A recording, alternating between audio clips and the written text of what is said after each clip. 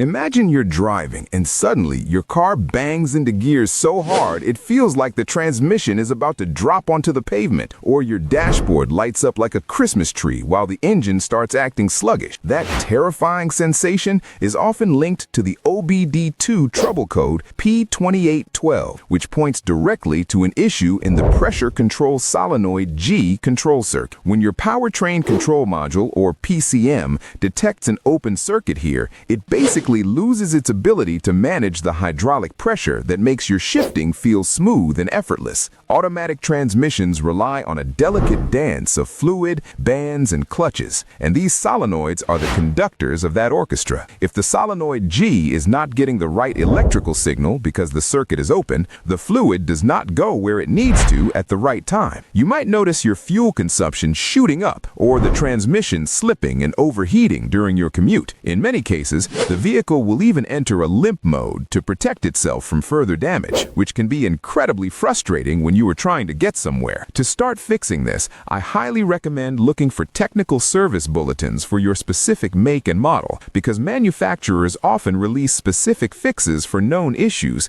that can save you hours of head scratching. Your first move should be to check the transmission fluid level and its condition. If it looks dark or smells burnt, you might have a bigger mechanical problem, but if it is just low, topping it off might help. Next, you need to perform a deep visual inspection of the wiring harness and the connectors. Look for any signs of corrosion, melted plastic, or pins that have backed out of their housings. These wires live in a harsh, hot environment and often fail due to simple wear and tear. If everything looks okay to the naked eye, it's time to grab a digital multimeter and check for continuity. Under normal conditions, you should see 0 ohms of resistance. If you get a reading that shows no continuity, you have definitely found your broken wire or faulty connection. Replacing the solenoid itself or flushing the system to clear out blocked hydraulic passages are common fixes that can get you back on the road without needing a full, expensive transmission rebuild. It's all about being methodical and not jumping to the most expensive conclusion first.